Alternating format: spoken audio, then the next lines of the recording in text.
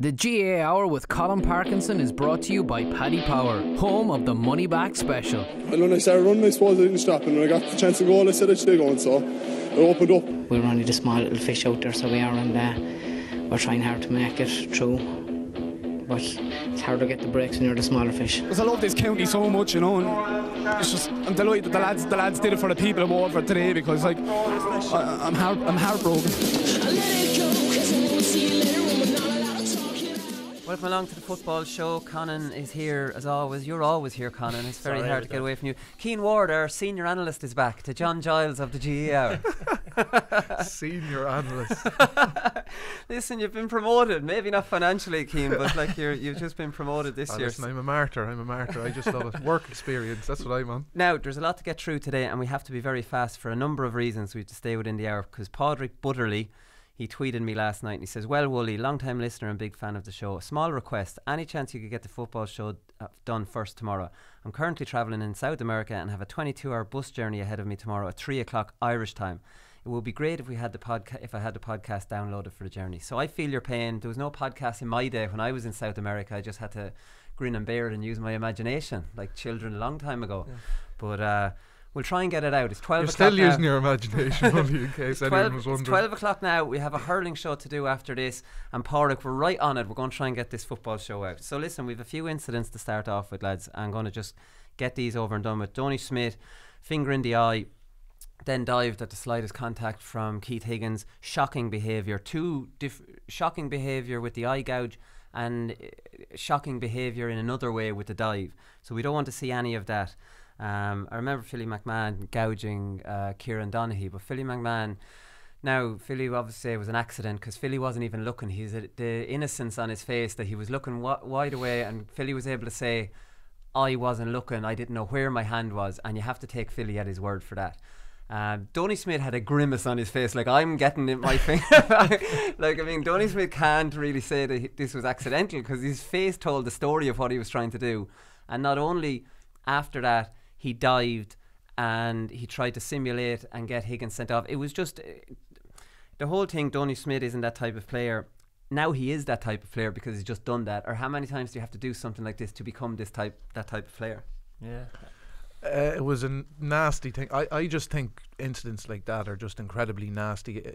There's nothing manly about it. You know, like, you can have two guys that just get into a bit of an altercation. Like, say for example, Johnny Cooper and Conor McManus in the Dublin Monaghan game, where they're grabbing a hold of each other, they're wrestling with each other, but it's man on man, a bit of messing. And that was funny, actually. Yeah, it was. Yeah, and just get on with it. But like, this is a situation where a player is holding the ball in his hand, and another guy is behind him raking his eyes. I mean, I can't even understand how you would go about doing it. It just doesn't. I don't get it. Like, I think it's totally not weird, in our day now. That didn't happen in our day. It's just definitely not a natural thing to do. Definitely didn't happen in our day. But it's hard for any guys to sort of say it was an accident, because it's not a reaction to anything. It's not a natural thing. Like, sometimes. But you can't even claim you're going for the ball. I mean, nobody holds the ball with their nose. Like. Your hand has no business there. Now, neither manager said they saw it. Anthony Cunningham said he didn't see it, and James Horn said he didn't see it, and I believe both of them, because they're on the stand side, and this happened with Smith's back to them. It does happen very quickly, but I think Keith Higgins should be commended for the restraint he showed, because in a situation like that, I think it would be very, very hard for a player to hold their cool. Now, he did get up and he did react in a certain way, but you know, you can kind of almost, it's not within the rules of course, but you can almost understand the reaction from a player when something like that does happen to them, because when your defence is like a guy who's lying on the ground and something is done to them, like, that can completely incense teammates and the player themselves, because you are defenceless and you're left wide open to get pretty serious injury, and gouging a guy's eye is really nasty act. And it probably is surprising to see sort of a stylish player like Donny Smith do it, but I suppose it is disappointing, because he's it's a good just player. Disappointing because I did like him, and Me now too. I don't really like him anymore. Me too. Well, I've soured on him definitely, and he is a player I liked, and it wasn't always starting, and I was often thinking, geez, he's well worth his place. He's smart. He gives a nice ball in, and he can score. I saw a good few people giving out about the managers not saying they saw it, and like I was saying, I believed him that they didn't see it. And Anthony Cunningham, in fairness, said to him, we wouldn't promote or endorse that type of behaviour. Obviously, if that's what happened, this has been in the context of that. But I saw Ewan McKenna on Twitter complaining about it and saying that the reporter, the interviewer, should have a laptop and show him the clip. But then again, I think people read too much into that. What difference is that going to make? Yeah. Smith didn't get a yellow card for it. He's going to be done. What difference does it make? Anthony Cunningham can't come out and slate him. It's just not fair on him. Like, I mean, James Horan has to, like, why are people so obsessed about whether a manager says he saw it or not? Like, who cares? Well, I don't care, so can we stop talking about it? Yeah, but the cameras saw it. That's the main thing. But you mentioned a second ago about players lying on the ground and how that's dirty, because Jack McCarron, he's a very, very lucky boy that he got a yellow card for this. And how the referee, if he saw this, can only give a yellow card for it, it's a straight red. He saw what he was doing, his head is down, Small is completely defenceless on the ground, and he drove through him with his knee. That was another disgusting thing to do, and like, he's very, very lucky. Nothing can happen to him now because he's on a yellow. And also took a fall after Brian Fenton came over and confronted him with a push in the arm, and he fell over. That's a fall of guilt, isn't it? Like, McCarron was doing a bit of simulation yesterday. He got Small a black card for absolutely nothing, for diving forward, when all Small was doing was trying to grapple to get in at the ball. That was no black card, but McCarron was making sure he was getting the black by actually diving forward when Small was pulling him back by the shoulder. Like, it wasn't a natural kind of fall for what John Small was doing. Yeah, the knee was like, it was very hard to look at, but is there this sort of bad culture now in the game where I think diving is creeping in, but not even diving, but just this idea that you have to leave a bit in. Like, you know, how many times have we all sat in dressing rooms where it's like, right, you need to be up for this one today, you're going to take a belt, you're going to hear all sorts, like, that's sort of part of your preparation for a game. And this whole thing is bigger than Jack McCarron and Donny Smith, I think. Like, you know, there is an idea out there. Let them feel it. Like, you know, leave a bit in on them, and sometimes that overspills where it's a knee to somebody's head. Yeah, it's crazy. It's going on a long time, and we'll move on from that, because there's another thing I want to talk about this sin bin. And the sin bin is a breath of fresh air. It's fantastic. It's brilliant. So Colin Boyle got it one, and it was the most blatant one ever. The 2 Dublin black cards were not black cards. They're bad tackles.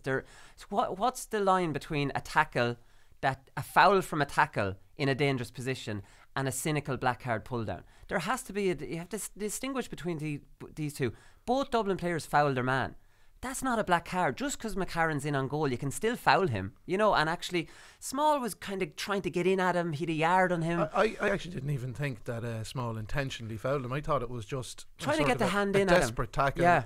And McCarron, if you watch the replay, and it's easy to see on a replay, I mean, he just straightened his legs and fell forward. Yeah. I mean, it was completely unnatural movement from McCarron. You can call it clever play, and players will try and take any advantage, but I was totally confused after the Dublin black cards. I thought that the rules had changed, that the black card was now something totally different because it had gone to sin bin, and I realised it's not, and I was thinking, well, neither of those were black cards. So strange one. It's a good punishment. It's a really good punishment. Brilliant punishment. And it would be an even better punishment if the team that was down a man couldn't just hand pass the ball around for 10 minutes. Well, here's the thing now, and that's a point I want to make, and I don't want to forget the other things, so keep me reminded about. No, I'll say about staying warm. It's first here in my notes. So John Small gets sent off, right? So this will tell you how inexperienced, even for a setup like Dublin.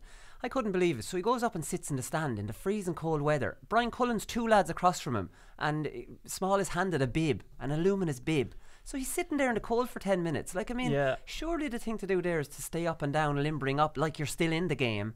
I think with 4 minutes to go, he was given a bib to go back down and warm up before he came back on. Was that it? So I think he did have a break, which maybe he should just be jogging. I don't think you should get any break. You should, even if it's not jogging for 10 minutes, it's staying loose. I'd be happy enough to have the break now, depending on what stage you're sent off for. But like, I mean, that's one thing I think teams will have to get better at when this sin bin. And I'm so livid I keep saying that these rules should be in for the championship. They're all working so far perfectly, and that's grand. But here's the thing about everyone complaining about going back to the goalkeeper, and this incensed me watching it last night, because this is Joe Brolly with this don't go back to the goalkeeper rule that Stephen O'Mara tagged him in a thing on Twitter and tagged me on it. So Stephen O'Mara's idea, I hadn't really thought about it. So Brolly's claiming then in the Irish Independent that it's his idea. So he's trying to go on about this last night. You have to remember, if Dublin are down to 14 men and they want to pass back to the goalkeeper, Monaghan have an extra man. Where is he? Why is he not pushed up on that goalkeeper? Why is the tactics, if you have an extra man and the others are down to 14, are you not saying, right, everyone man up on their man, we will make the most of our extra man, like they do in rugby. What did you get in your 10-minute sin bin? Did they make the most of it? How are you going to make the most of it if you won't even push up on that goalkeeper? So Dublin went back to Comerford. Comerford took a few solos with it, and Monaghan's extra man must have been back in the defence. That's Monaghan's fault, not the rules' fault, right? So there's ways around this. And the way I'm looking at it, if you push your man right up on that goalkeeper, your extra man, right? Put the goalkeeper under loads of pressure. If that goalkeeper's kick doesn't find a man, there's a turnover. Goalkeeper has to run back into his goals. You have a man straight on his own, unmarked, in front of the goals. So this is a tactical issue here that's going to... It will be ironed out over the league. But like a minute there's a sin bin, immediately Malik O'Rourke has to say, lads, sin bin, push up. Will you push everybody up on Dublin? Absolute, but you have an extra man. But once, like Dublin's very easy. Like Niall Scully could just turn someone and then suddenly they've got an extra man. Do you know that's the worry of pushing up on Dublin? Yeah, but I think you have to when you've the extra man. Like he who dares wins. Yeah, right? like it does go back to the question of what your team style is, and it will change given the circumstances of the game. So Dublin play a possession based game. They have done for the last number of seasons. So they're completely comfortable leaving the man down, and they'll use their goalkeeper. And to be fair, most teams at county level play a very much a possession-based game now. Some people and a lot of spectators find that boring to watch, and that it goes back to the whole rule thing. And they're trying to bring in different rules to create more contests and more turnovers of possession. But each team if you're on a team and you're a man down, you're going to hold possession. You're going to work the opportunity. There's a risk for Monaghan or any team that has an extra player to push on, and the risk is that. That's actually what the team holding possession want. They always want that.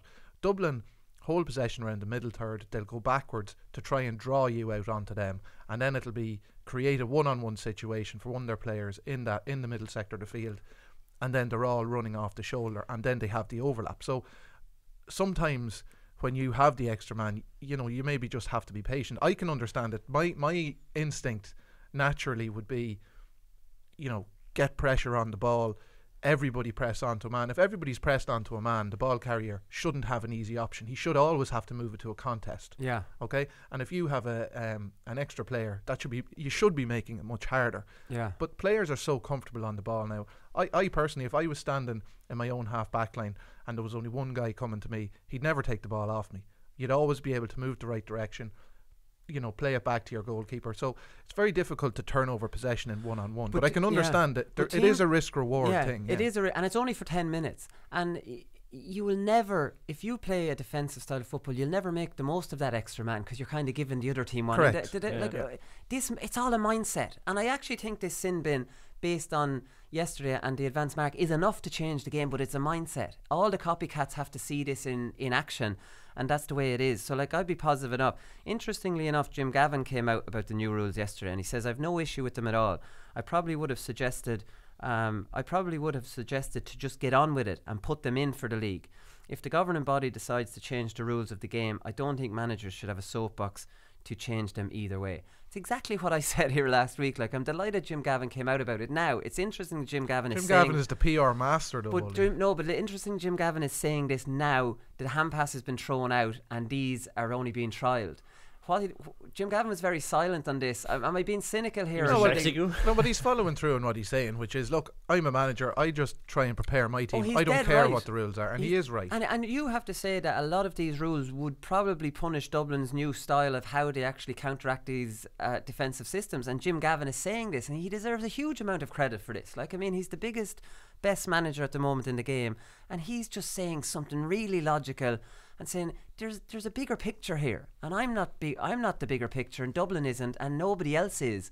But there's too many managers over the last while thinking that they are. Gavin did have a complaint as well. He said he doesn't like the idea that it's sort of mirroring hurling. He said it's two different games. He did elaborate then on that interview, and he seemed to be sort of having a bit of a complaint, whether he likes them or not. He's saying that he's happy for them to come in, which is not what a lot of the others are saying. They're actually spitting the dummy out completely. You can disagree with them, but you can also say, I have to live with them. Do you know what I mean? It's a different attitude. Everybody eventually gets to that point. When a rule comes in, coaches will automatically over time get used to them and just get on with it. That's just what happens, because the job of the manager and the coach is to prepare the team as best they can within the rules of the game. So if the rules of the game change, then automatically that may have an impact on how a team is coached, or it might not, depending on the rule. I think it was very difficult for any of these guys, particularly at inter-county level, where there's a huge pressure on, and they actually didn't even know what was happening, what was coming in, what wasn't coming in. It needed to be a little bit clearer. Like, I thought it was clear, you know, that these rules were coming in for the league, and that was it. And then, you know, you have this U-turn on the hand pass rule, which to me takes, like, there was a huge amount of work went into formulating these rules for people, whether we agree with them or not, or we have our views on them. But you can't form an opinion on a rule really until you've seen it in practice over a number of games. Like, we could sit here debating the different rules that came in, or throw out some we've done it, Cian. I know we've done it. But like, we're doing it forever, and then we finally get a chance to evaluate a couple of rules, whether we like them or not, to just see, does it make a difference? And I thought that it would have been a very, very valuable exercise, and it's very, very disappointing because now we have years to wait. And I watched 3 inter-county games this weekend, played in the club match myself. Incessant hand passing ruins the game to play, and it ruins the game to watch. There's no doubt about it. When you're, like, fair enough, when you're playing on a team, you do what needs to be done to try and win the game. But as a spectacle, incessant hand passing is not. It's horrific. Yeah, it's horrific. not enjoyable. Another quick one here, because I'm sure you were in this situation. Jack McCarron got a goal yesterday, a free that was brought up, and he scored from the right spot. No reason for that to be disallowed, was there? Or does the referee, like a penalty in soccer, does he have to give you a little toot to say you're ready to go? Well, it's happened to me in a club game where I've taken a quick free like that and scored a goal, and the referee is telling me you can't take a 14-metre free quickly. Now, I don't know whether that's in the rule book or not, but that's what the referee told to me, and it probably was David Coldrick, given he's a referee from Meath, and he prevented the goal going in the other day. So he got injured for his trouble then too. Yeah, I don't know if it is a rule, but I didn't see a lot wrong with it, and I think I think it was a good bit of quick thinking from Jack McCarron. He was sharper than the defenders and the goalkeeper, and I think that sort of ingenuity should be rewarded. I think so. So that that Monaghan Dublin game was a brilliant game to watch, and we'll talk about that in part 2. There was some other games around the country that weren't as good to watch. Meath, Tipperary is a bit of a bore fest. Fermanagh, Cork, hilariously, Tyrone and Kerry. Tyrone will just never change. We'll talk about that in part 2 as well. But Fermanagh, I thought this was funny from Declan Bogue's match report in the 42. So he says those paying the full whack of £19 into this game may not have been able to believe their eyes, as the home side went the entire first half without scoring from play. Then Fermanagh in the second half got a couple of scores from half backs, or from the middle third lads. He says that such deep lying players were able to do so was down to the depth of attack. In layman's term, the home side had nobody up front in the first half, as in nobody. The odd thing was, neither did Cork, as both pulled 15 men back behind the ball, making a deeply unsatisfactory contest of football. Christ almighty, now there was a wind, and I have a little bit of sympathy of teams doing all that against the wind. Roscommon did it with the wind. One point I would make about that, this is from reading match reports and seeing the Roscommon Mayo game. Cork and Roscommon would have been 2 of the more attacking minded teams, and they both got destroyed by Tyrone last year. They got destroyed by Tyrone last year because they didn't match them, they didn't follow their runners. But now they've almost said, if you can't beat them, that the reason we lost to them is because we don't camp our men in outside our 45. So now Roscommon and Cork are just 2 more teams to add into the into the one forward, and it's just like, oh Jesus Christ, here we go now. Tomas Corrigan's a very happy man out travelling around the world. He's in South America. Yeah, he'll never come back. Never come back. But that's the way it is. 2 standout results, lads. Before we move on into part 2, Leitrim Rising. We called this. We called it. In Terry Highland we trust. Leitrim 3-15, Wexford 11 points. Wexford dominated the first half, and Leitrim were lucky just to be 7-6 down at half time, but then they got 2 goals out of nothing. 2 point attempts that fell short, and we know how dangerous point attempts that fall short are. Everybody switches off, or a ball off the post or the crossbar, bang, you have a goal. 2 easy goals, and then they outscored Wexford 3-9 to 4 points in the second half. So 3-15 to Wexford. It's an astonishing home result for Leitrim, who are building on last year's home qualifier win against Louth, have a new manager. We talked about that last Thursday.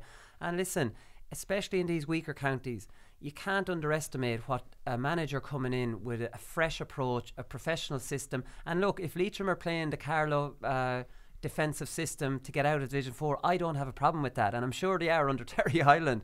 But like, I mean, more power to them. That's a great result for them. Yeah, 3-15 is a fair tally as well to be scoring in your first league game at the end of January. So look, having not seen the game, you're looking at a scoreline saying 3-15 is very good scoring, and they must have done a lot of good things right up front. Yeah, definitely a game of two halves. The other one was Westmeath, 11-3 down up with 9 minutes into the second half. Westmeath, I'm telling you one thing, when they get their tails up, I've always said this about Westmeath, they have something about them. And Meath will remember it in 2015 in Croke Park. That game was over at half time, but they have something, Westmeath, when they get going on a roll and the crowd get behind them because they're well supported. So they were 11-3 down and they were looking like it was going to be a disaster. They scored 10 of the final 11 points, 9 in a row. Now obviously there was a big wind in a lot of these games, and what it does annoy me in match reports, and during the Monaghan Dublin game yesterday, I turned down the volume on the TV and I turned on Radio 1, and they went around to all the grounds and it was brilliant. And it's astonishing how many reporters don't say, they could say it's 9-2 up now at the moment and they're playing really well, with the advantage of a gale force wind, but that doesn't seem to be included. They're playing with the advantage of a hurricane, so they're doing all right. So like, don't go to the bookies and rush in on anything, because this will easily turn around in the second half. And they never put it in. They never just say, this is in the context of a massive wind that's really affecting the outcome of this halftime scoreline. This isn't what you think it is. Like, I saw the Derry report at halftime against Antrim, and I think they're 7 up or something. I thought, brilliant. So I went away and found out they got in the last minute score. They win it in the end by 1 point. It's unbelievable. So 11-3 down. Like, there obviously was a strong wind in Tullamore here. So you're looking at 11-3. You still think they're gone at 11-3, even though if there is a strong wind. But like, I mean, that's just another gripe. Quickly now, have you anything to say on that there? It's just an interesting victory for Westmeath with Jack Cooney, and he has Pascal Keelan involved in his backroom team, who would obviously know Offaly football inside out, having been involved with Road the last couple of years. So is Jack Cooney? Pascal would know that. Yeah, and Jack Cooney was with him in Road. So was Jack Cooney in Road too? Yeah, so very interesting sort of, I'd say Pascal was sneaking in there and keeping the head low. But look, Westmeath have started the season really well under new management. Without Heslin. Without Heslin, who's obviously a major loss to them, but they'll be looking to get promotion this year, and that was a tough opener for them, like a kind of a local derby there, away from home, your first day out. So look, they'll be pleased, and the manner of the victory as well. Yeah. What is it there? 10 of the last 11 points they got. Yeah, 10 of the last 11 points. That's it. Shows a fair bit of character. When Westmeath start coming back, you're gone. That's basically it. So quickly before we start part 2, the media watch. League Sunday was very good, I thought, last night. The packages needed a bit of work. The actual narrated packages, I thought Joanne was excellent. She pulled Joe Brolly up, who really has come so late to this rule change thing. Like, we talked about rule changes last August before the committee was actually going to sit down, and you might think you might be able to influence them or whatever. He is waiting for the rules to actually come in. They're going to be trialled. Then he starts writing about ones he wants to make up and ones that he's robbed off other people. So like, it wasn't a time last night for him to start talking about rules. Last night was a time to talk about the rules that are in and how we can work with them and how they might improve the game. And it was actually during a chat about Kerry that he started talking about this. Like Leicester would have let him on, but Joanne, and it made a bit awkward viewing, but Joanne was absolutely right. Either put a bit of structure on this and talk about what's going on. It's not an opportunity to talk about rules that are completely irrelevant because they're not in. Do you know what I mean? Yeah. What's the point of starting to talk about stuff like that? Yeah, well, look, I didn't see it, but really a highlight show is not. It's not the forum for broad range of discussions. It's analyse what was seen as much as they can, because look, there's that many games, and how could you see them all? Yeah, no, definitely. And they showed Cork Kilkenny in the hurling, which wasn't on television. Which in previous years they were just dialing it in, and they were showing the games on TG, Cahir, and Air Sport, and just sending nothing themselves. But there's a definite. It was fresh last night. I thought the highlights were good. The packages weren't great, but that's the actual individual person doing them maybe or whatever. But at the same time, I thought it was really good, and it was an improvement. They did a lot of the top level games. Maybe next week they could choose a game from Division 2 and focus on that, or get a separate show or something, or somebody else coming. Hopefully Donegal Mead, so I don't have to travel to Ballybuffet. That's on in Ballybuffet, but that's the one I picked out. So they could focus on sending a crew to that, and then the Division 2 covered for a week or two. It's just to keep everybody quiet, because you can't please everyone in the time they have. It's impossible. But then third week maybe pick Laois versus Carlow, for example, in Division 3. You know what I mean? Because that would be interesting in its own way. and then just keep everyone in every division a little bit happy. Play the politics of it. Because even like it was an hour and 45 minutes last night, and that was the gripe then. Like Joanne was great, the highlights were much better, but it was after an hour and 45 minutes we couldn't tell that there was other divisions in either hurling or football, you know, so that was the one thing. And they have to get Leitrim Rising in, because we were right behind Leitrim this year. And look, to be fair, probably all people want to see is a few scores from their counties games. They don't care about analysis, they just want to see who scored and a couple of minutes of clips from it. That's really all people want on a Sunday evening. Yeah, okay, well, we'll come back next with a little bit of analysis.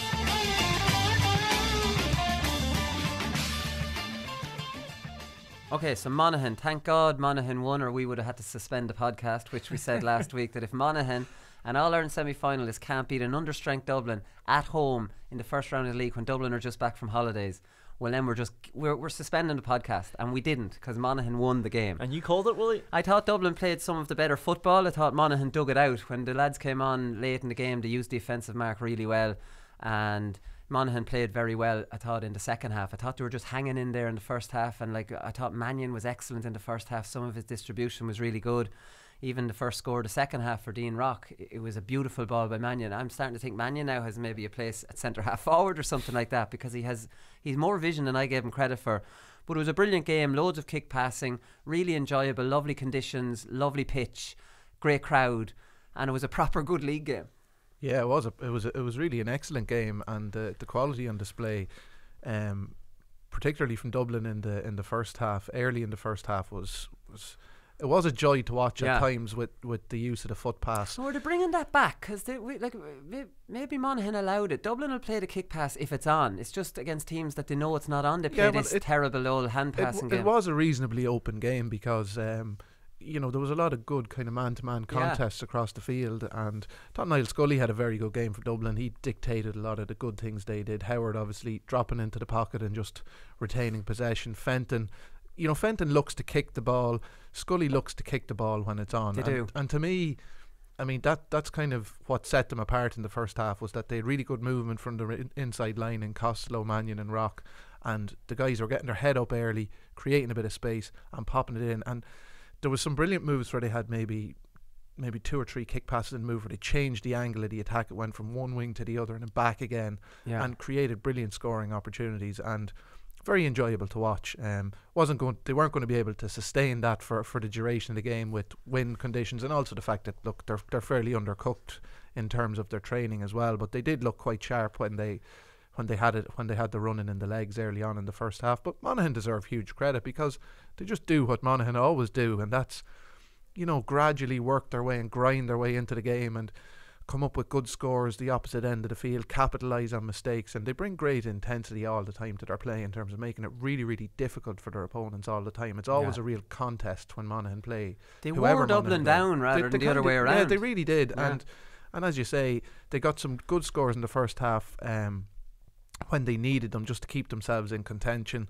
And in the second half, I thought they did really well to capitalise up front on the opportunities that they did create. I thought Jack McCarron had a really good game, particularly in the second half, in terms of his he was coming out on the loop and he was playing some lovely ball into their forwards, and I was surprised that he actually didn't get man of the match. I thought he had a sort of a bigger influence on the outcome of the game than Fintan Kelly. But Fintan Kelly looked like he man-marked Fenton. Maybe that's what he did. Yeah, look, he tried to, but Fenton still was able to drop the shoulder and have a fair influence in the game. So I thought Kelly struggled for at least a half on Fenton, like really struggled. Like Fenton was still just dominating, like, you know. Yeah, he was going man to man with him, and he was putting him under pressure and making life difficult. But Fenton, you know, really when he drops the shoulder and steps away from a guy, I mean, Kelly was pawing at him and putting him under pressure, but Fenton was still looked like he was at his ease. So yeah, it was a bit of a strange with me. But in fairness to Kelly, he did kick a point himself in the first half. And he did influence the game in terms of just, I suppose, trying to limit Fenton's involvement in the game. I think Fenton might have got 2 points from play, and he was on a bit of ball, but he got one here according to this match. Only one. So look, Fenton would usually, on last year's league form, he was kicking, you know, at least 2 from play, maybe 3, sometimes 4 in games. So he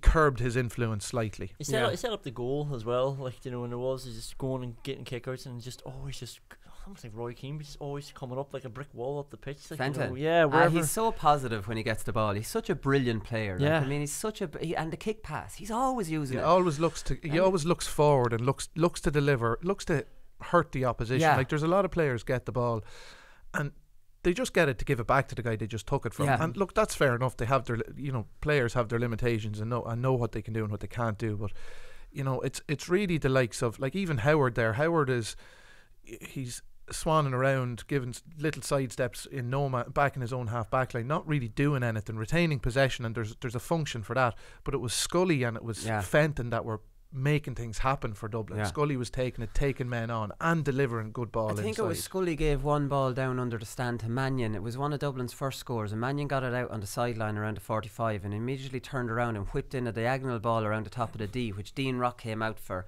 and then he laid it off to Costello, and Costello's shot wasn't on, gave it back to Rock over the bar. Brilliant score. You can't underestimate the way these balls from the wing in around the D, when you collect that ball, instead of collecting it in the corner with a man behind you, you're collecting that ball with a man behind you. You're on the D. You've left, right for pop passes. You've turned dummy solo. There is no option as a forward you don't have if you get the ball diagonally around the D. It's the perfect ball. Now, obviously, that's why a lot of teams play a sweeper there. But if the diagonal ball is good, it could go over the sweeper's head, or like sweeper can't cover two good runs. But I see it very underused by teams, and especially with this offensive mark now. We saw Monaghan towards the end when McManus came on, and he was able to mark some of these diagonal balls. Like, I mean, it's a huge weapon to just get out in front. Dublin actually play you from the front, so you can actually take a run from behind your man across the field, which Dublin, it's very difficult, and these diagonal balls finding you on your chest, mark, bang. Well, the most dangerous movement really from an inside forward is the lateral movement across running the away field. from the ball. Yeah, like if you're starting in left corner forward, moving towards the centre when that space is cleared out by a full forward, or moving to the far side of the field, because no matter what, if you're in front of your defender moving across the field, there's an ocean of space usually that the kicker can hit that gives you the advantage to win the ball. For forwards, if they're coming out in a straight line run out the field, it's very easy for a defender, because shoving the back, nudging the back, the ball breaks loose, and then a half back picks it up. It's much more difficult to play. And even when you get it out there, you're no threat. You're absolutely no threat. So that sort of lateral movement. But you need kick passing, and you need guys out the field who are willing to take the risk. The problem that I would see a lot with the game is that there's nobody takes the risk with the kick pass, either because they don't have confidence in their own ability, or just that the ethos is such that with all these teams it's possession, work the phase. This could go astray. Yeah. And I know it's difficult at this time of the year with wind conditions and different things, but people have to have confidence at intercounty level. You should be able to kick a 40-metre ball crossfield. You just have to hit a zone. It doesn't even have to hit a guy in his hands. I can't understand it, because all you're doing is keeping possession in the middle of the field, allowing the opposition to get back, wasting your own time, and making it much more difficult to get a score. The best opportunities that teams have to score is when they're transferring the ball quickly, and the quickest way the ball can be transferred is by the foot.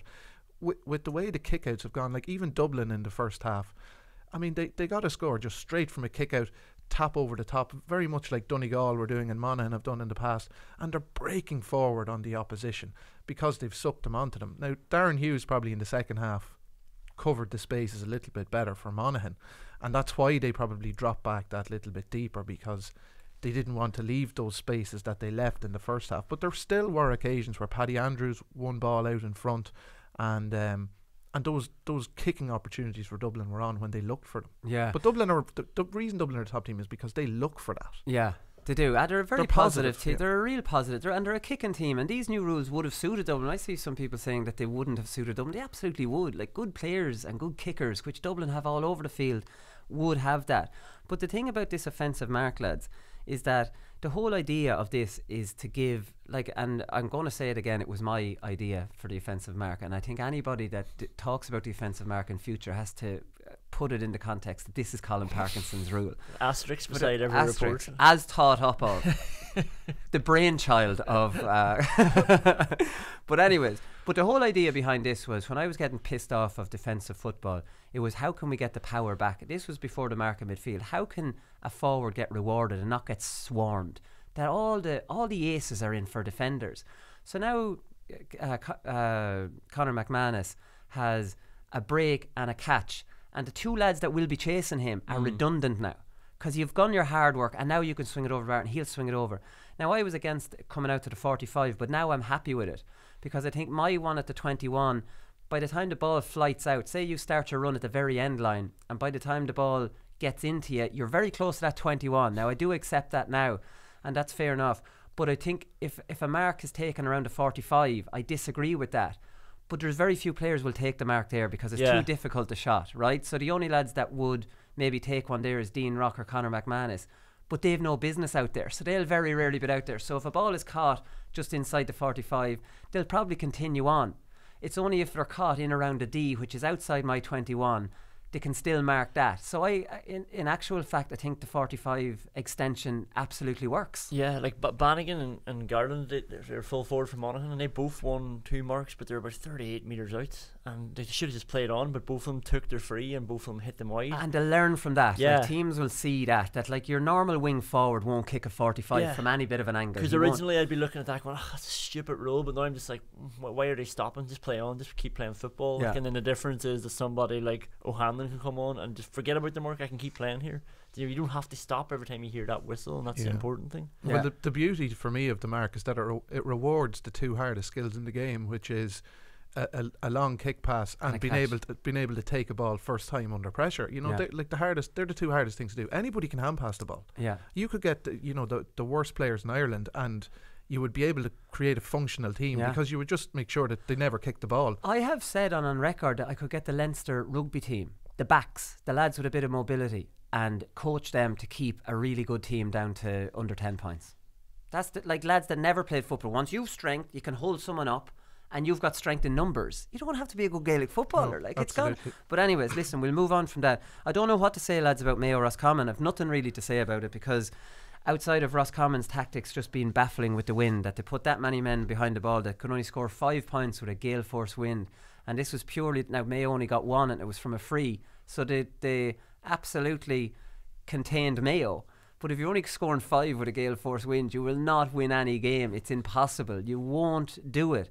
So Mayo were a lot more adventurous in the second half and got the win that they really did deserve. Roscommon didn't deserve anything from it the way they set up. I'd have no problem Roscommon setting up that against the win, because you really have to batten down the hatches and you won't score the other end and keep the score low. But to do it with the wind, the mindset is just baffling. But one thing they didn't pick up on the analysis on the TV was Henley. Mark O'Shea made excuses for Henley. Henley, against the gale force wind, takes the ball and goes soloing across his own goals. Like, I mean, there's a mistake in that fella. Like, I mean, that was technically I've played soccer, and you're told not to go across your goals, and you're actually told if you back pass to the goalkeeper, back pass it to the side of the goal just in case the goalkeeper miskicks it and you roll it into your own. Like, these just basic principles of any sport. Do not run across your own goals, and he did it, and he nearly got caught rotten for it. Craig should have scored there. He did. It would have been a completely bizarre goal for Mayo to concede, and it I suppose, look at Henley has a little bit of history with these sort of errors, so it was unfortunate from a neutral spectator to see him make another one, but it was almost comical with the wind in the game, and he was a victim of it. There was plenty of players who tried to solo the ball that ended up going behind them, but it was a poor decision from him to go across the field. And in actual fact, I thought in the first half, even on his kickouts, I thought some of his decision making and what he was doing was a bit suspect in terms of putting his team under pressure. I think he kicked maybe 3 or 4 out over the sideline in the first half, where he was just trying to be a little bit too precise. And sometimes you have to take the conditions into account and put the ball out to a contest, because Mayo were doing reasonably well in those situations, and they were just putting themselves under a little bit of pressure, sort of needlessly, I would have thought.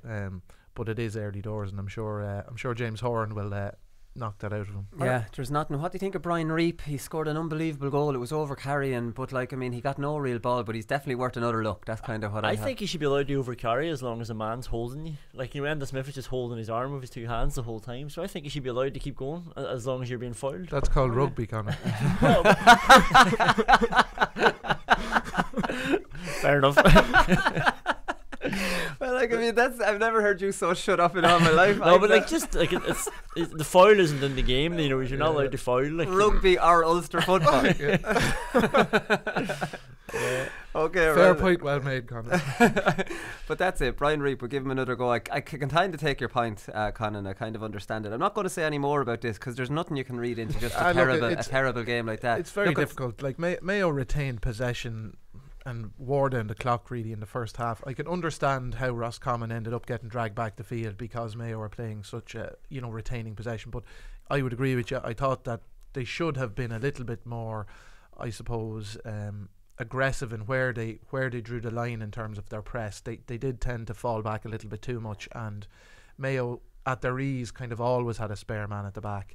I mean, the scoring zone was so small for Mayo that even if you pressed up right inside the Mayo half, there would have been plenty of time for bodies to get back and filter across and cover the scoring zone. The wind was so strong. Yeah. You don't need a sweeper back there. No, you don't. Mayo can't kick the ball that far. It's impossible. They have to go through the hands. So, anyways, that was just frustrating watching it with the wind. Just quickly on Kerry Tyrone, lads. Tyrone just will never change, lads. Like if Tyrone didn't rip up their script when Dublin hammered them in 2017, they're definitely not going to rip it up this year after going a step further and arguably performing all right in the All-Ireland final and better than some people thought that they would. So we're going to see the same Tyrone. Tyrone got caught 3 times for sidelines going backwards. Isn't that just a real kind of just...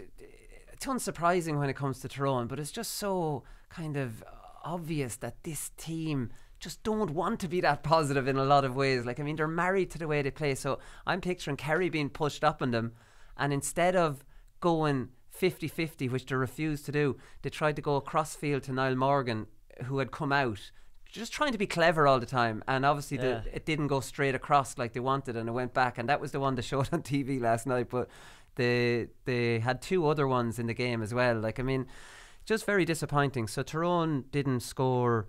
he just scored 2 points from play in the entire game. This was a strong Tyrone team. This wasn't any sort of a dummy team coming off taking the McKenna Cup pretty seriously, so you imagine to be fairly fit. Have their first choice half forward line, Matty Donnelly, Peter Hart, Niall Sludden, McShane in corner forward. So like they've Darren McCurry, who's on their starting team a lot of the time. Like, this is a Tiernan McCann, McNamee at full back, Hugh Pat McGeary. You have all these lads, Niall Morgan in goals, and they're going down to Kerry and they're scoring 2 points from playing the entire game. Now, apparently, I was asking somebody who was at the game, had Kerry gone back really defensively? Because I was thinking with Tyrone scoring that little, maybe this is a new Kerry, because Kerry conceded 10 goals in 7 games in last year's league, right? So they didn't concede a goal and didn't even look like they would, only 2 points from play. So Peter Kane said after the game, one of the difficult things to do, whether it's secret or not, is that defensively I want us hard to beat. So you have to start somewhere, and that's where you put your structure in and build from there. So the word I have is that they didn't play a full-time sweeper, but when the Tyrone half forward line went off back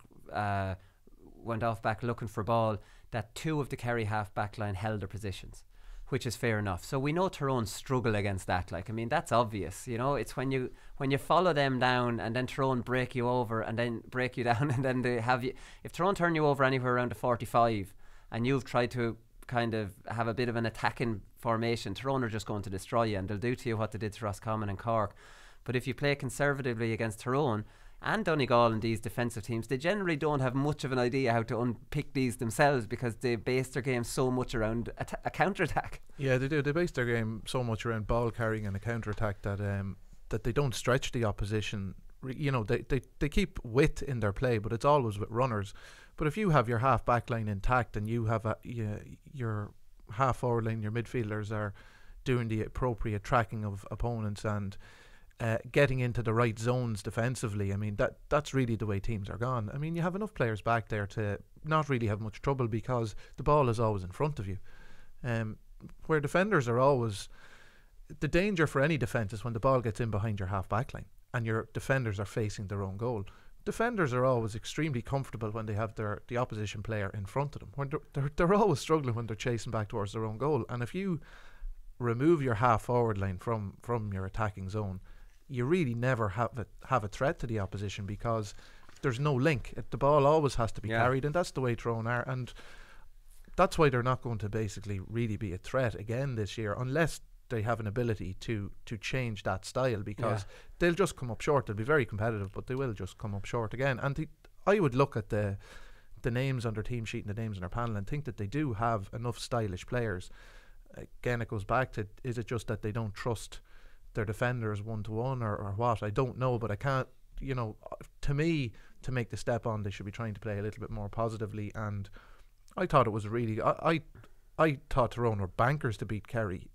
I did too. This weekend, just with the form they had shown in the McKenna Cup and all that sort of thing. I just thought that they had a stronger team. A shell of a Kerry team, really. Yeah. When you look down to who they were missing, and this is the thing about Kerry. The word is that they work like dogs. They tackle ferociously. So maybe that's something that was missing from Kerry, that absolute streak. But that kind of tackling like dogs, and at the half forward line, especially around the middle third. You have to do that against Tyrone. You have to match these teams because that's what they bring.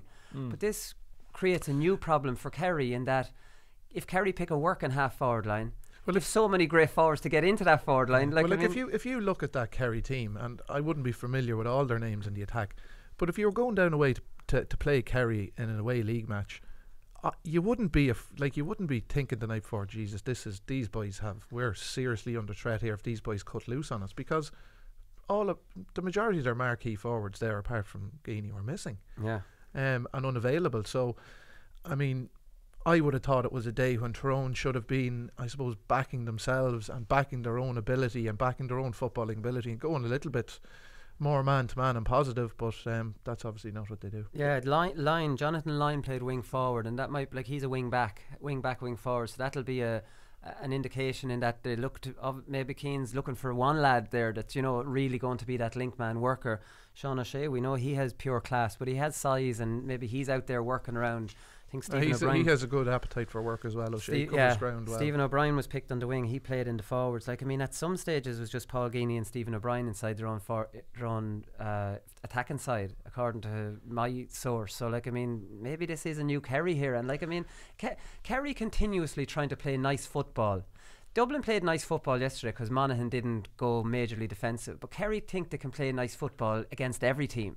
You can't play that kicking game, and Dublin know that. Dublin have two different games that they can easily use anytime they want, and that's why they're so brilliant. Kerry need to have that other game and need to practice it. Well, the thing about it is the Dublin players have a great appetite for work, no matter what, what the number on their jersey is. Mannion was back in his own full back line picking up ball again. The Monaghan players do the same thing. All the top teams do have that appetite for work, and maybe that's just a thing that I suppose the younger Kerry players coming through from minor, they obviously have loads and loads of ability, but maybe it's just that learning curve when they get to senior inter-county, that the game doesn't always have a shape to it. The game can just get very hectic, and you're playing against Monaghan, you're going to have to go after Ryan Wiley when he takes off up the field, or Kieran Duffy, or these guys, and that's just what you have to do because it needs to be done in different spells of the game. So look, at the big thing for Kerry is that they have plenty of talent, and Keane has obviously seen what he wants to do, which is stop them conceding goals, and he'll be absolutely delighted first day out to concede 2 points from play and no goals. He'll be delighted with that win. Getting that balance between attack and defence, we talked about it all last year. A lot of teams struggle with it.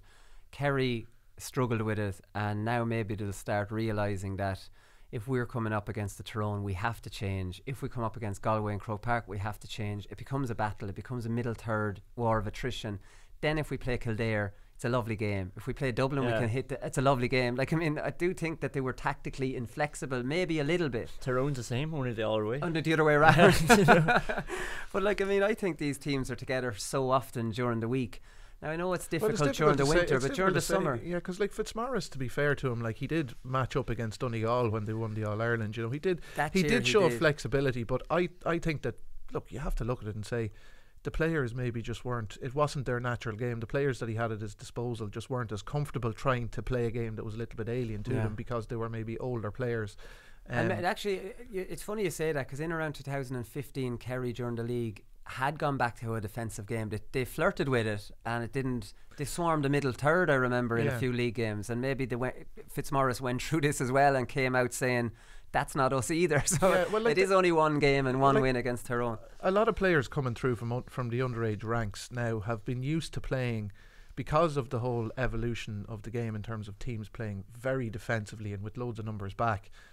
These guys are used to playing in games like that from underage level, so it's not as much of a change to them as it is for guys who were mid-career, having to adapt when all of these things happen. So they're maybe a little bit more comfortable in the mayhem of a game like that. So look, it's just hard to know. Like Kerry just have so much talent at the minute that I think it's going to be very interesting to see how many of those guys can make the progression to be serious inter-county players, because it doesn't happen overnight. And obviously their manager has an exceptionally good record, and it's a learning curve for him. So he'll be more than happy to start off the season, I would say, giving them that sort of defensive solidity. And they won't care if they're not that slick up front until the end of the summer. You know, that's really, like, let's be realistic about it. That's what Kerry are looking at. They'll win a Munster and they'll be into the Super 8s, and that's really when they'll want to have their how they play down to a tee by then. So they have a long time to get there. Yeah, they do. Okay, up next we'll do Paddy Power performance of the weekend.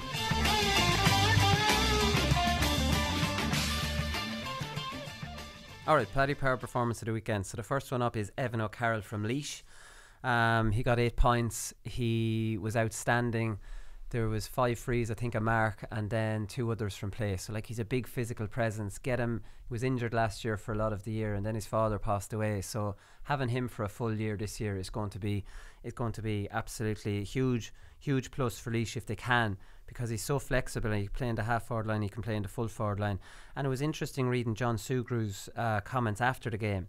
So he said he brought on Donny Kingston and Colin Begley at half time. Laois were 10-5 down at one stage, so I presume there was obviously a wind in that. You don't know from these reports.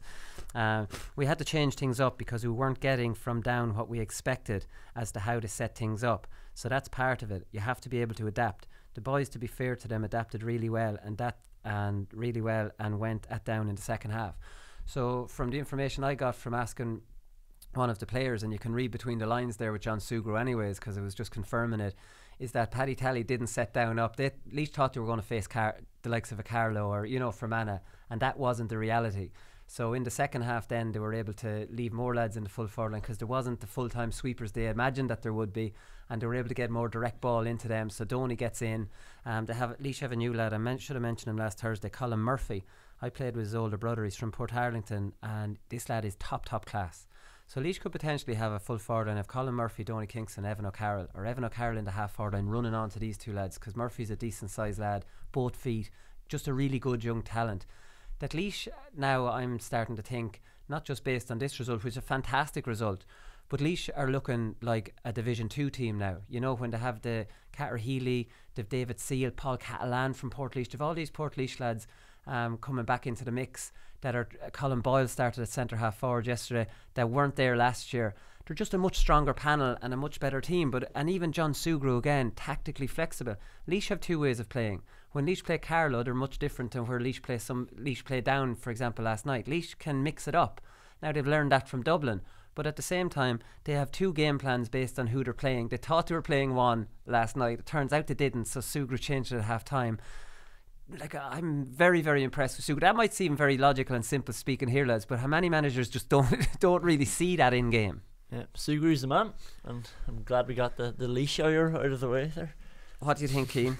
I've been very impressed with Sugru. I know we were commenting a little bit on him last year and his maybe his challenging of Donny Kingston and why he wasn't in the team, but look, either way they've moved beyond that, and he's developed different pattern to play. I've seen Laois on a number of occasions, and the ability to be able to change from playing against a sort of very defensive team like Carlow as they did last year, and then to be able to come out and show a different side of their play when they played against Dublin, and more positive and more kicking and that.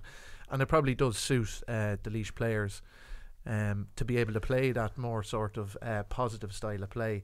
He's developing a squad as well, because I suppose to be down in Division 4, obviously it's not a good thing, but it has given them the ability to develop some players and give them experience.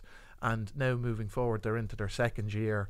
They're that bit stronger, and they have huge experience to call on with the likes of Begley and Donny Kingston, these guys who've played all through the division. So well, they'd start, and Garrett Dillon out wing back. I predicted that he was in the corner last year, but he's a much better player. He plays wing forward for Portlaoise. But I thought it was funny on Joe Brolly, and I have sympathy for Joe Brolly. You know, when you have to throw out a soundbite about a team. So Brolly says about Laois, he says, Laois are a team that's going places now. I saw Kilmacud Crokes were very lucky to beat Laois, Portlaoise in the Leinster Club semi-final, and Portlaoise play a very attacking brand of football, almost like Portlaoise have been the second best team in Leinster for the last 10 years. Kilmacud Crokes barely beating Portlaoise is not a surprise, and how Portlaoise play has no bearing on how Laois play. It just so happens that they both play an attacking brand of football. But he's not to know what's going on with. But it's always funny when they're trying to round up at the end. What do you think of Laois there, Joe? They're going well. Portlaoise, the last thing I can remember about Laois is Portlaoise. But Down, actually, I saw a stat from Niall McCoy. Down starting team last night had 86 league appearances between them. That averages less than 6 per player. So this is a completely new Down team. So Paddy Talley called for patience ahead of the league, and he's dead right. That's what Niall McCoy tweeted, and that's absolutely. So Laois's win against them has to be put into the context of this Down, but still, I suppose to go away and beat them is just a great result, regardless. Away to Down is always a tricky game, but that's the point we make, is just the difference in experience between the two teams. Laois were able to call on that and bring themselves from a losing position into a winning position. I don't think Down will be overly disappointed. Both teams will be obviously hoping to get back up to Division 2, but it's a very important 2 points for Laois to start, and keep that sort of momentum going. Huge win away Division from home. 4, Huge win. Now just beat Louth in the Croke Park game next week. Ryan O'Rourke from Leitrim lads scored 2-7. So Ryan's only 21. I think he's on his third year. He was playing last year as well. So he's captain for his club. Their intermediate champions is Fenna. So supposed to be captain of your club at intermediate level at 21 years of age just shows what kind of a character we're talking about. Our own Paddy McKenna, a proud Leitrim man in the office here, said he's the best Leitrim forward since Pádraig Kenny. Do you remember Pádraig Kenny? No. 94. I only remember Seamus Quinn and Declan Darcy, so that's me gone from Leitrim 94. I'm the same. So it says he was central to Leitrim's victory. This is from a match report. So it's alright saying 3-15, he scored 2-7, but he scored 6 of that 2-7 in the first half, where Wexford were way on top. So they scored, I think it was 7-6 we were saying at half time. So he got all of Leitrim's scores in the first half. That shows serious battle. I'm sure there was a win there as well. 2-7 in all. Ryan O'Rourke, Leitrim rising. Keep your eye out for him. Well, it's some shooting from him, but they also got 3-9 they got in the second half alone. And then you take into account that it looks like Keith Byrne, who was their top scorer in last year's Leitrim league. got, and it looks like he's not going to be involved this year. Like Keith Byrne, actually he's gone, but then Ryan O'Rourke just steps up and already looks better. Yeah. And we tipped them to get up, and it looks like they're going up. Yeah, Emran Mulligan as well. So that's a huge win, because Wexford, we were saying yesterday that Derry are going up, and then it's between Leitrim and Wexford, you imagine. Although, it's a huge win for Leitrim, basically. David Tuberty, lads, he is an old man. Relatively young man, but old man in GAA context. He was outstanding, apparently, according to the match report yesterday. Gary Brennan in midfield, as usual, got 3 from play. Jason McGee got 3 points from play from midfield for Donegal. So they could really do with him becoming a good dominant midfielder, because we know he burst onto the scene 2 years ago against Tyrone was it against Tyrone? It was in a big game anyways, I can't remember. Maybe he's in the Ulster Championship. I was in a league game against bloody Kerry away. Remember we were talking about him, I think it was your first show. This is all coming back to me now. But he was great, and then he went off the scene. He even dropped off the panel completely, but he showed, I think it was against bloody Dublin. Okay, we've got to narrow it down. I think it was against Dublin in the league. He was outstanding, and thinking he's a really big player. But they need a good dominant midfielder. They need it, and especially with Rochford, that'll give Murphy more time to get out of that midfield. Hugh McFadden's solid. So Jason McGee, so that's a big thing. But again, I read so many match reports of this match, and there was no insight into how Rochford has them setting up or any of this imprint, because I read, you see, a lot of them buy the same one off the same fella. So I read the GAA website, and they had it from a fella called Derek Lynch, and then I read the 42 and it was the same Derek Lynch, and it was just a blow by blow in the second minute such and such happened. And I'm just thinking, like, the Donegal Twitter account will give you that if you want. just give us an idea of how maybe those two teams set up, or maybe the casual fan does not want that information. But I was desperate for it because I really want to see Donegal. That's why I want RTE to go to it next week to see Rochford. Is nobody interested in what Rochford's doing with Donegal? Yeah, how they're setting up, and what way the wind's blowing and everything. But like, do you know, I remember there's one game that I didn't cover, but I was supposed to cover when I was working back in Derry. But I had a club game at the same time, so I went to that obviously. But I just got the Derry Twitter account and the Tyrone Twitter account, and just was able to do a match report from that. If that's what you're doing, like point by point, you can do it because somebody else is, like, you know, I'm not saying that future journalists should do that, but you know, but like, if you are doing a blow by blow, minute by minute, like, it's there for you. But if you're there, you're in a privileged position that you can tell people something that they can't see. I think so. I think maybe the style of match reports needs to change. Right, Stephen O'Hanlon, I see Cian looking at his watch here. Stephen O'Hanlon, and we have to think of our man in South America as well. Stephen O'Hanlon, right, he was outstanding yesterday, we'll all agree on that. Has a great bit of fire in his belly, a great bit of cutting in him. Caught that ball over his head and could easily have gone for a mark, but he's a left footer, and maybe he was thinking mid-air, right, I better not call a mark here because I'm on my wrong side, but he just continued on, got a lovely angle for himself and stuck it away. He has left a promising basketball career behind him, according to Kevin O'Brien, journalist. He said he's an ex-Ireland under-21 player to link up with Monaghan, and we saw him in the build-up to Kerry's goal, like a nice bit of awareness to pass that off. Basketball players don't get kind of shocked when they're given a ball right in front of goals. They know to lay it off or score. We know that from Donaghy, Aidan O'Shea, these lads, lovely hands. So, like, I mean, his first two touches, he got a goal and assist. But it was just his general play. And with Jack McCarran, with this offensive mark, put Jack out in the half-forward line, because he flatters to deceive in the full forward line anyways, especially in the big games in the championship. Let him float a few off the outside of his boot for McManus and for Stephen O'Hanlon, and again, there you go, Monaghan. That's your trio, but the mark isn't in for the championship. Yeah, Stevie O'Hanlon's actually the son of Eugene O'Hanlon as well. Played in the great Eugene. Yeah, the great 1985 Ulster winning Monaghan team who played Kerry in the semi-final. But so he's got a bit of breeding in him too. Jeez, he's breeding, he's cutting. What was it Cian says earlier on? He's pawing at him, and then he saw what did you say Howard was doing? Swanning around.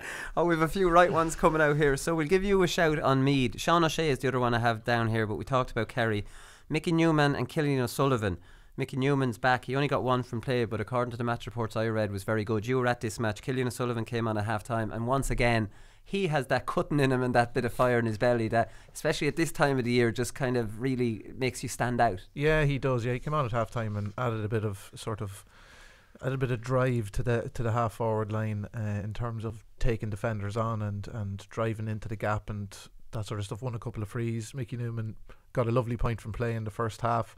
Club made of mine. Thomas O'Reilly was in the other corner, got two from play. So, you know, those three guys, Meath would be looking to have a reasonable league campaign. They'll need those guys playing well. Cillian O'Sullivan only came on for the second half. I think he'd been carrying an injury, so he definitely made a difference to Meath. And look, it wasn't a great game of football. Tipperary were missing a number of players, and it was a crucial win for Meath, and they got a couple of guys back into action. Graham Riley came on for the last maybe 10 or 15 minutes, kicked the point. So Meath will be delighted. It was a massive game for Meath. They really badly needed to get the 2 points on the board in a home game against the depleted Tipperary team, and they did enough. They made hard work of it, though, did they? Yeah, look, they did make hard work of it. They carry the ball an awful lot. That's kind of the style of play. It's the players that are on the field. I would obviously much prefer to see them lifting their head a bit earlier in the attack and moving the ball by the foot from the middle third of the field. But look, at 2 points on the board, you can't really ask for much more than that at this stage of the season. You wouldn't be enthusiastic about, like, Meath are not going to go up, not with Donegal and Kildare in it. They're not. The idea that they're going up is just. I'm retaining hope just because they have a number of games at home. They're away games, with the exception. I mean, they're away to Cork, and I think they're away to Clare or Kildare. So they don't have. Donegal is the difficult away match, which I wouldn't expect them to get much from. But they've 4 games at home, and they'll certainly be looking to win all of them. The Armagh and Kildare games are kind of the big ones for me. They need to do their job and beat Clare and Fermanagh and Cork, who they should, they've beaten all of those teams in recent seasons, so they should be able to beat them again, particularly when they've 2 of them in home matches. So I wouldn't be writing Meath off in terms of promotion just yet, but they would have to improve from their opening performance. Yeah, okay, exactly. And we didn't get a chance to talk about Armagh Kildare. That was meant to be a brilliant game, as we predicted it would be, and Jimmy Hyland got a late point, so we all keep our eye out for him. I was looking through the Kildare team and did a lot of new faces on it. It wasn't a strong Kildare team based off the championship team last year. And I was reading somewhere on Twitter that 7 of their subs had never played in the league. Yeah, but like it's unbelievable for Kildare, because they had to arrest the slide of, I know they had, you know, reasonably decent championship campaign, but their league form was you know, dreadful, so they needed to be able to just stop the slide of losing matches, and to be able to pull a draw out of it against Armagh when they were in a losing position with a very inexperienced team. I'm sure Cian O'Neill was delighted with that, but they will obviously need to improve, and they will. Armagh and Kildare are probably the 2 teams that you would have as favourites, along with Donegal, to go up, really. Yeah, Jarlath Burns' son was picked full forward for Armagh, and I was listening to Kieran McGeeney on picked Radio full forward 1. And played cornerback, probably. I was listening to Kieran McGeeney being interviewed on Radio 1, and the reporter says to McGeeney, and we had the son of Armagh legend Jarlath Burns' son in a full forward. Well, I wouldn't be going saying Jarlath Burns is any sort of a legend now or anything, Geezer says, but his son could potentially be a legend. Jesus. I thought it was a classic. You wouldn't know with McGeeney whether he's being serious or whether he's actually trying to lynch Jarlath, but we keep our eye out for Jarlath. It's great to be back, isn't it? That's great to be back, lads. Listen, we've gone over time as per usual. We'll leave it there, and we'll be back on Thursday, where Matty Ford is going to be making his debut. Talk to you then. Good luck.